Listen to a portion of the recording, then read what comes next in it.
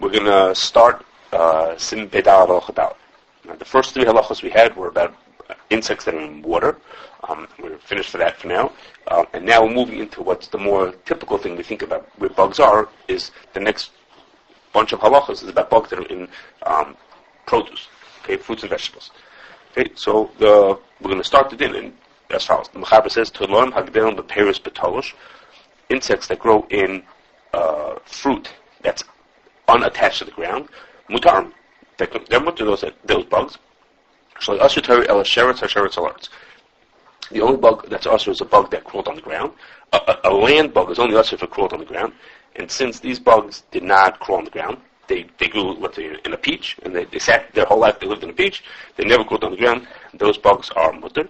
The end of the din is going to be, which we're not going to do today, the end of the din is going to be how those bugs do become usher. There are ways that a bug that grew off the ground can become usher. That's the end of the din, so don't go out and eat the fruit yet.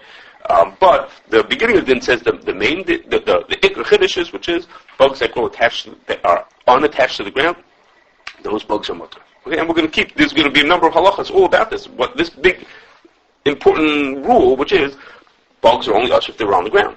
If they grew off the ground, then they're mutar. So the bug was born when the fruit was detached. Correct. The bug was born detached from the ground. That bug is mutar, except if you find out what the end of this din is. In the next couple of dinim, we're going to talk about, well, is there a way that, and there is a way that it can become usher. But the base rule is that it's mutar if it grew unattached, not attached to the ground. And this is clear, has nothing to do with the fat, nothing to do with spontaneous, whether it's laid from eggs or it's born from... Right, it has nothing to do with that. This is not talking about where did they come from. The question is, where did they grow? Where did these things live? The mother gave birth to them in a fruit, then they're mutar. And they're mutar until, yes. Why is the halacha start off if it's detached from the ground? Even if it's attached to the tree, if it never hit the ground and it grew on the thing, it should also be mutar. No, okay, that's going to be halacha vav. That if it grows attached to the ground, the rules are different. Okay, what you're assuming is not so clear. We're going to see that in halacha vav. Okay? Right. But now it's talking about detached. It grew detached to the ground. That's for sure mutar. Those are for sure mutar. Okay. So this din sounds like a very theoretical din. Doesn't sound so. We don't know of an example of it. There's a very clear example of it.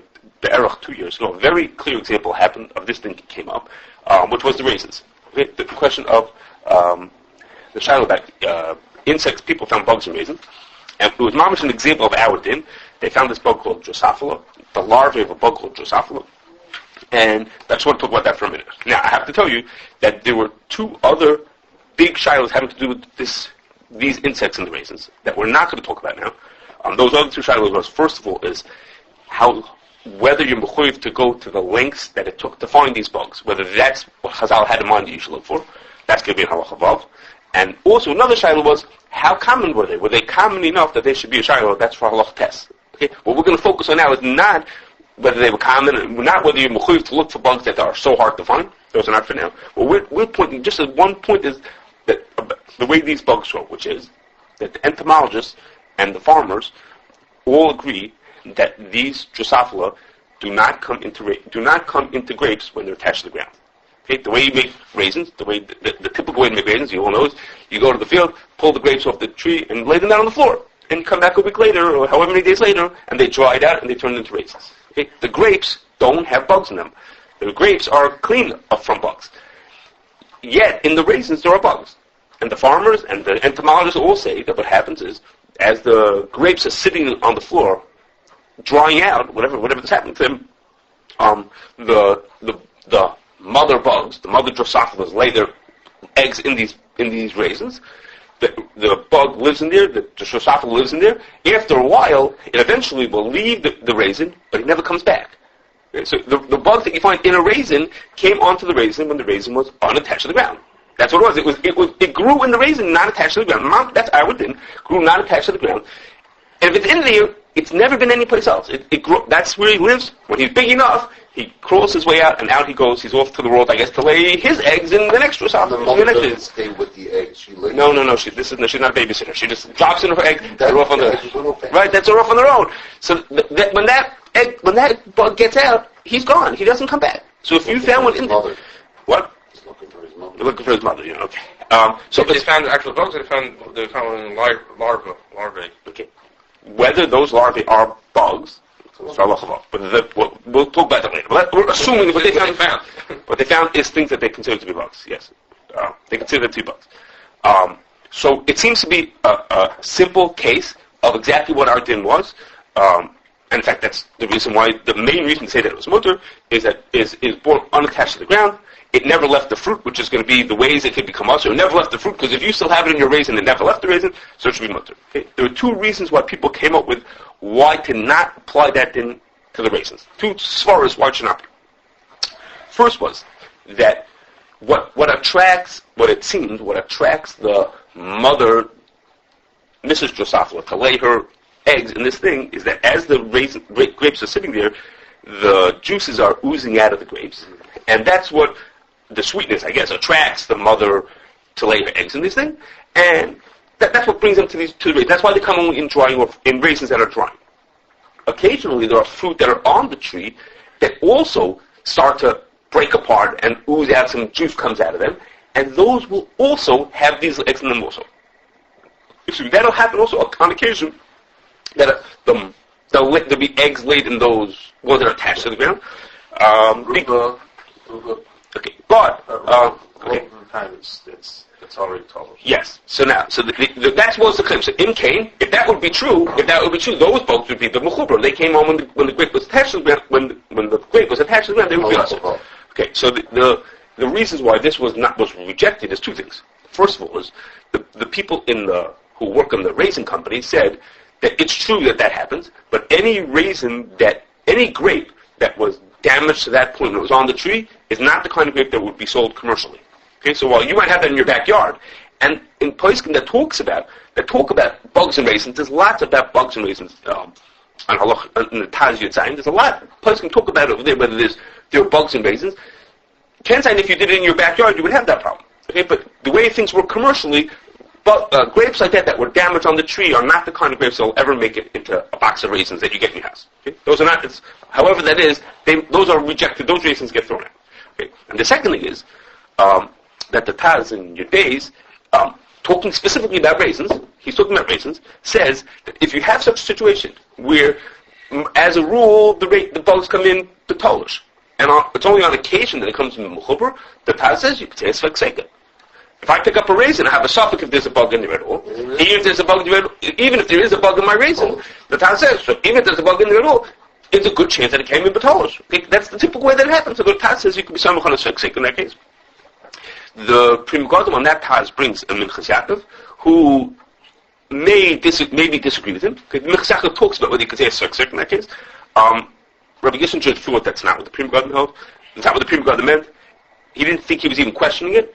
And Rapelsky thought that the Pri Megadim's maskana was to agree with the Taz. Okay, so if you want to see over there in Taz Yud, about I don't remember offhand. Okay, I don't remember. I saw him because I don't remember offhand. It's complicated rules. I don't remember offhand what he said. What his reason was. And if you look at the Minchas Yaakov, the Pri Megadim brings it. It's clear whether he even means to say that it's that. And if the Pri Megadim's maskana, he brought it to Minchas Yaakov who talked about it. Rapelsky thought that his maskana was that it's still mutter. Okay, so that was one angle. Okay, the second thing, which I say, the second one is more of I can use the word mistake, was the question that it could be, this is not so clear, but it could be that there are times that the eggs are laid not in the raisin, but on the raisin. Okay, not on the inside, but on the outside, and because of these juices that are oozing out of the grape, it might be laid on the outside rather than on the inside of the grape. So people said, in Cain, that grape, we didn't learn that part of the Shulchan Aruch, but then the bug was purish. The bug didn't stay in the fruit. The bug was walking around on the outside. The baby is walking around on the outside of the fruit because it was born on the outside. Okay, so that's a mistake. You mean it has to be in the Or he found it on the outside. Some people found it on the outside, that it was laid and grew right there on the outside. And from then, the Kashrus goes onto the raisin from there. And it was laid on the outside of the raisin, and it grew on the outside of the raisin, and it's still on the outside. And that's where it is. Okay? So Baru's not Kitocho this halacha? It's a mistake. It's a mistake. Because they're saying it because you'll see when we get to the end of the din that there's a din if the bug crawled out of the fruit and went onto the outer edge of the fruit, where the din is that it's awesome. So they were saying, oh, it's on the outside of the fruit. It's a mistake because the premium government says, Dr. Chuba brings others who say the same thing, that when we say that a bug that went on the outside of the fruit is considered to have left the fruit, that's going to be at the end of the din. If it went out of its fruit, that was if it was born in the fruit, and it went out of the fruit, so it left Rabise, it left its habitat, and now that it left that place, so it's considered that it now becomes usher. It's considered halachos? Yes. If it was born, I don't say, it left its habitat. Okay, we'll find out next time whether it's considered halachos. But if it's born on the outside of the fruit, then moving on the outside of that fruit is still mutter. Okay, it was never pierced from Rabise. This really has to do with the end of the din. I'm sorry to throw it in there. You're also going to throw it on his face later. No. So it's mutter. No. If it was born, maybe it was born inside and it came out. Okay, no, it doesn't seem like that. Okay, you're right. Why not? It does. I don't know why not. It seems that where he's born, it stays where he's born. Okay, he's born in the fruit. He stays in the fruit. On the out of the fruit, out of the fruit. Yeah, but the Halakha says you have a shaila that it could happen. So obviously it does happen. You know, that if a bug's in the fruit and then it crawled out, then it's usher. So you want to know? So let's see, it said it can happen. Okay. So over here, why are you? I'm not sure. I don't think that's what goes on with these bugs. You have to know what. But Halakha says it does. You have to know your bugs. You know, you have to. Oh, that's what you mean. They're saying by raisins it's on. Yes. Okay. Now, most. But this is again. This is a meal. What's a meal? That should be born on the outside. Yeah, I believe so. Now, so based on all these, and I told you there were two other serious studim to be concerned about in the raisin. Two other serious studim. One was about how hard it was to find them, and the other side was how common they were. Okay, so putting those aside, those were included, but most people held in the end that the insects that they found in those raisins were okay. And I don't want to take away from. There's lots of shilos in place about bugs and raisins. It's one of the common shilos that there is. One of the common in Daki Tshuva. Like you see in the Tshuvas, there's a lot of Tshuvas about it. But Kineveh, that was not ours. And so we'll finish with raisins. At the end of the day, there were people that still rebelled about Asher. Yes, sir. There are people who asked it. I don't know where he stood on it. There were people who asked it, yes, there were. Most people can think that they want it. There is another very interesting application of our din about bugs that grow betolish. But we're going to wait for Allah Chavav. I can't tell you what it is. Okay? We have to wait for Allah Chavav. It's a very unusual case. Some of you have heard it from me already, but wait for Allah Chavav. Okay, the next question is, we have a rule. It's from Siman Pei Aleph. You all know this din, which is Yotzei Min HaTamei is also. If you have a camel and you take milk out of a camel, okay, that's Yotzei from the camel. The din is that the milk is also. Okay, you have a tray bird and it lays an egg. The egg is also. Okay, something that comes out of something that's excreted by treif, something that's treif. That thing is treif also. Okay. Except so dvash is a special exception. Special exception. But as a rule, that's the rule. That's the rule. So now, the question is like this: if you have, how can it be?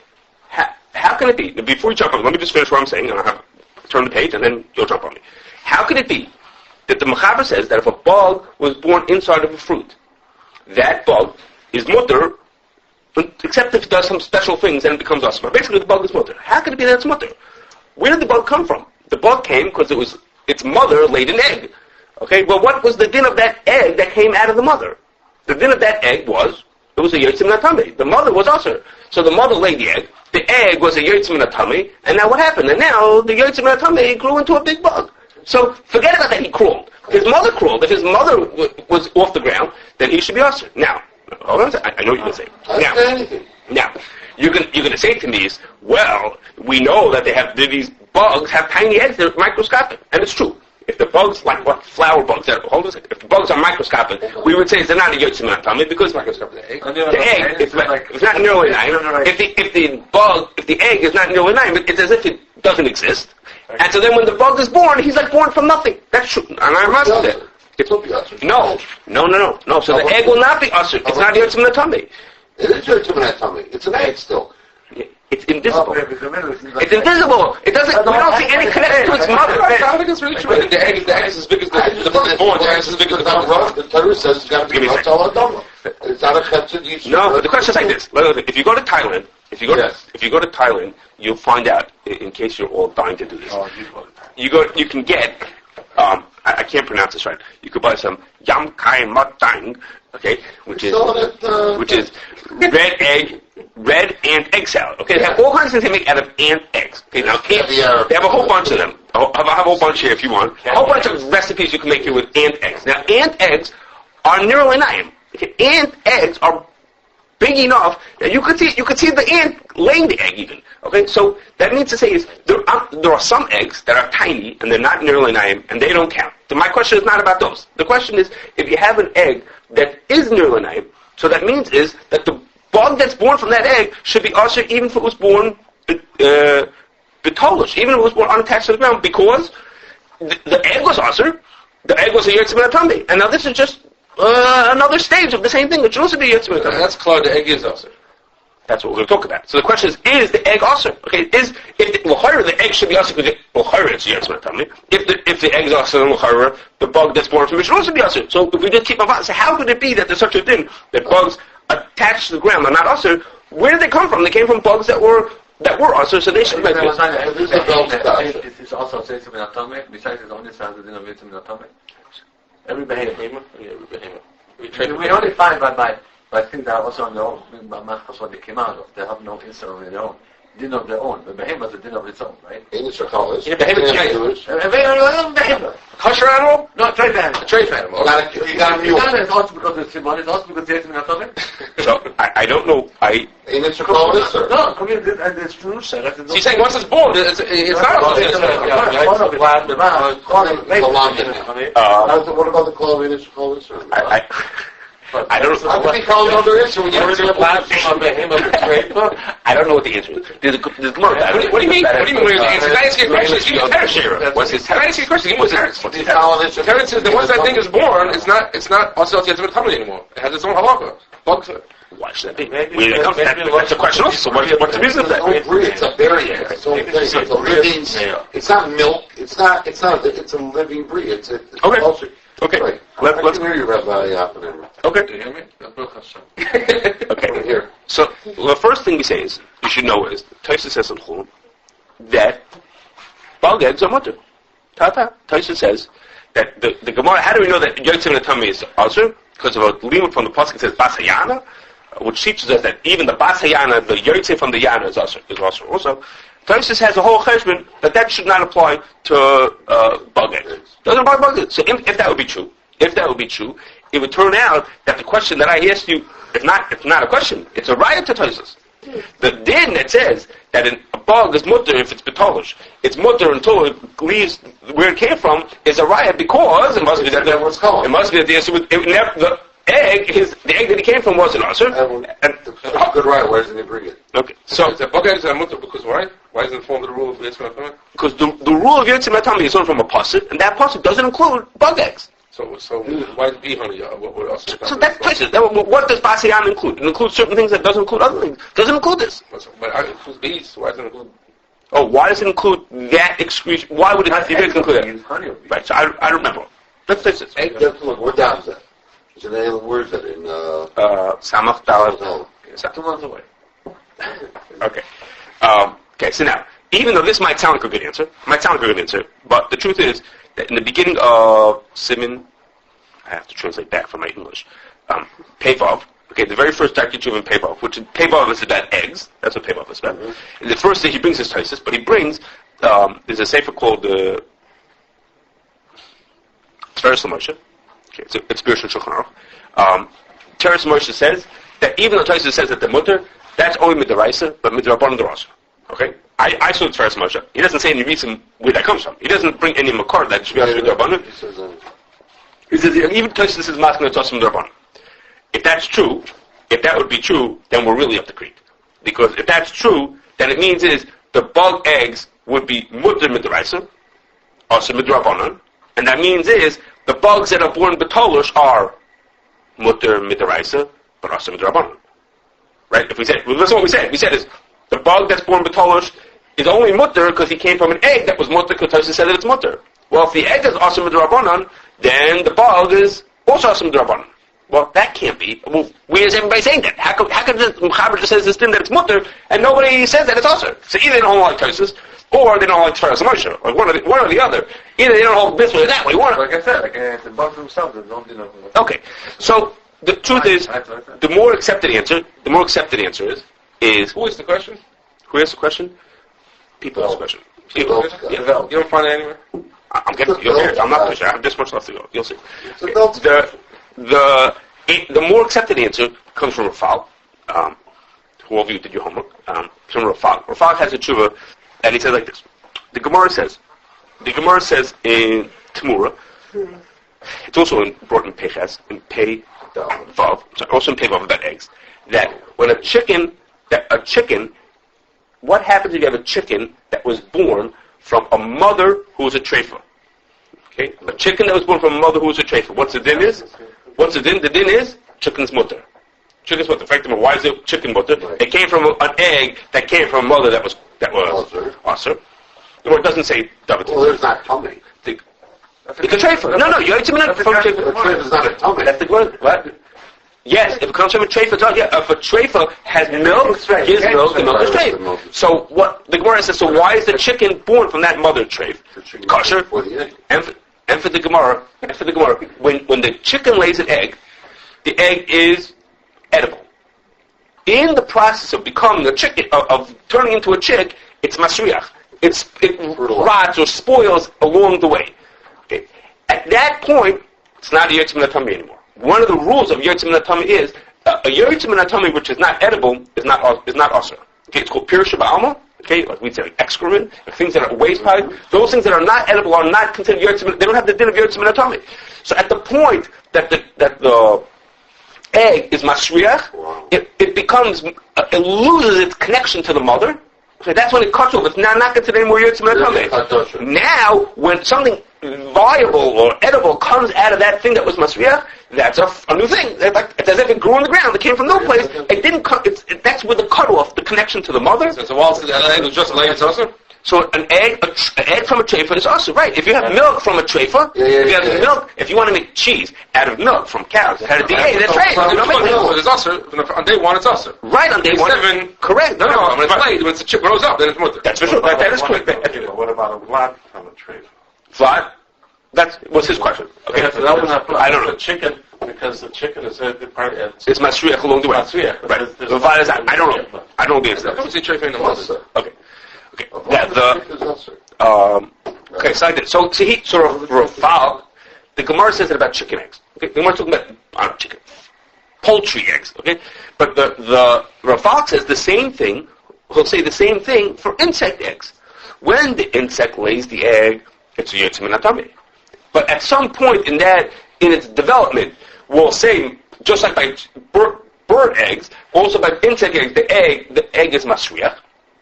When the egg is masriach, it becomes mutter, and at that point you can eat it. If you grabbed it, if you knew what point to pick it up, you could eat the insects. You could make your fungi, whatever, kai mutang, okay, if you wanted to at that point, if you wanted to. And then when it turns into then when a bug grows out of that bug now is a new thing. So if it grew with talush, it'll be mutter. Okay, if it grew with the mechubra won't be, if it grew with talush, it'll be mutter. So the reason why it's mutter is because when the mother laid the egg was usher. But by the time it turned into the bug was mutter. But it was no longer a connection. It's no longer a connection to the mother. Okay, that was what he wants to say. What? So you go genetically, you wouldn't see anything back to the mother either? Of course you would see genetically. No, of course it came from the mother. But you would take a DNA, you would know who the mother was? Of course it was, because just like the chicken came from its mother. We also know what it is. It's just masriach along the way. It gets to a stage where it's not edible. It's just a big ball of mush. Okay, now. Back to the Tosfos, okay, he brings from Kashrus Sofer, which is brought in the Takichu over there. He brings from Kashrus Sofer and many others who say that even though Tosfos holds that insect eggs are mutter, he brings the Rambam and Rashi and a lot of people, or Rishonim and Achronim who disagree with Tosfos, and most people, it's kinireh, I'm not for me to judge, but most people he brings there are saying not like Tosfos, that we don't pass like Tosfos. Okay. And it's the bug eggs are awesome at the raisa if you get them at the beginning of their when they're laid. But later on, again, if you want to make some soup, kai mat fat, which is stir fried ant eggs. Okay, if you want to make that, you have to get the eggs at just the right time, and then you can eat them. Okay, now They're Masriach. later also. When the Masriach, you have to catch when the Masriach. I mean, if you get them in the first lay, you can't. So you have to be real. You have to be from Thailand. You have to know what you're doing. Yeah. Okay. Give a extra on that. That's right. We give a extra on. Wait a second. I gotta bring out to Rabbi Fishman. Okay. You know what I'm saying? Okay. Now you should know that would be the this first. What Rav Falk said. Rav Falk made a little bit of a jump. He said the Gemara says that about bird eggs. Okay, bird eggs when they're laid, they're edible. Right? Anybody have eggs for breakfast? They're edible. And then the masriach, and then they become bad bird. edible, so to speak, Bird. bad edible. Rav Shechter just questioned it because the Gemara is talking about an inherently edible product, but the insects he assumes, and the insect eggs are not edible. So he said, is it right to say that it's masriach and becomes more mutter? It started off inedible. If it started off edible and it was masriach, we'd say, okay, you're no longer connected to the original mother. But if it didn't start off edible, it started off inedible, then maybe you have no right to say that the fact that it's masriach should mean anything. What's inedible? The bug. Who said bugs are inedible? It's the second time I heard this. Nobody said.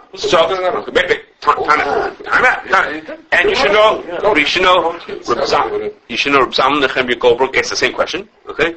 It's brought in the back of Ravaya Sefer. He asks the same question. He asks whether you should apply it. And he says, and he talks about it. Reb Zalman Nechemia talks about reasons why it should apply. And the truth is, we know, I just told you a whole bunch of recipes you make out of ant eggs. Okay, somebody thinks it's edible, and we're going to find out later. There's a machlokes in poskim. Which bugs are edible or not? I don't know how they had this machlokes, but the machlokes, which ones are noisal mufkam, which ones are not? Okay, so we're making an assumption. The ants, again, the shayla is going to be is an ant. If you didn't know you were eating an ant, would you think it's not edible? What would it taste like? And the ant eggs, I have no idea with it. Why we're making an assumption that ant eggs are not edible? I haven't a clue. I mean, the people in Thailand think it's edible, and who knows what it tastes like? Don't think about where it came from. Just think about, is the thing be'etzim edible or is not edible? So Rav Shechter and Rav Zalman Nechemia are making an assumption that it's not edible, that it's not royal achila, and the only one way to find out is to give it to whatever, Maria. Ask her what she thinks. I mean, someone ask what they think, whether it's edible or not. Okay?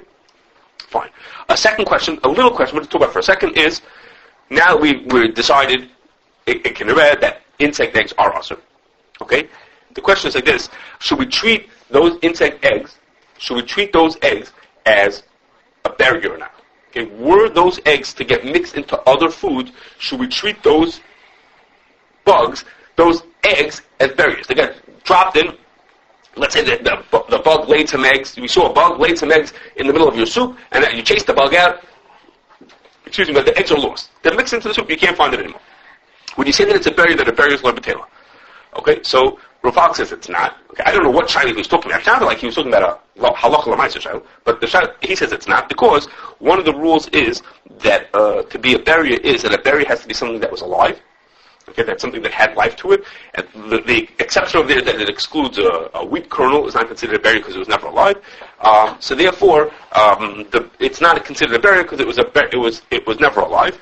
And then there's a chap over here. Okay, once the egg starts developing, then it is alive. Okay, but if you remember, once it starts developing, then it's mutter. Okay, so at that point it's a catch-22, so it stays mutter the whole time. At the beginning, it stays not a barrier the whole time. Either it's not a barrier or it's not usher. Okay, and Rav Shechter had a different angle on it. He said that the reason why it could be bottled is because another qualification of a barrier is that im yicholik ein shmoyelav. Okay, and over here, if you split the insect egg, I don't know enough about that thing to tell you. If you split the insect egg, it wouldn't be an egg anymore. But Rav Shechter said that we shouldn't look at this as an egg. The name of the Isser here is not Giranasha. Okay, the name of the Isser here is Yotzim Minatami. If you split it in half, it would still be Yotzim Minatami. It would lose its name of an egg. If you split it in half, it wouldn't be any more a bug egg. But the name of the Isser would be, and he said, I don't know enough about that to tell you. He said that would not, he thought... And by a sheretz, it loses... He said that would not... No, yeah, it would be not a sheretz. It wouldn't be a bug anymore. The Isser is sheretz, but it would be a half a bug, right? It wouldn't have the same name to it. And this would be a half an Isser. No. If it splits, it loses its name. That means it is a barrier. Okay. That means that it is a barrier. Here, if it would split, it would keep its name, so it's not a barrier. I mean, it shows you that what it is not a unit. Okay, so I'm not sure about it.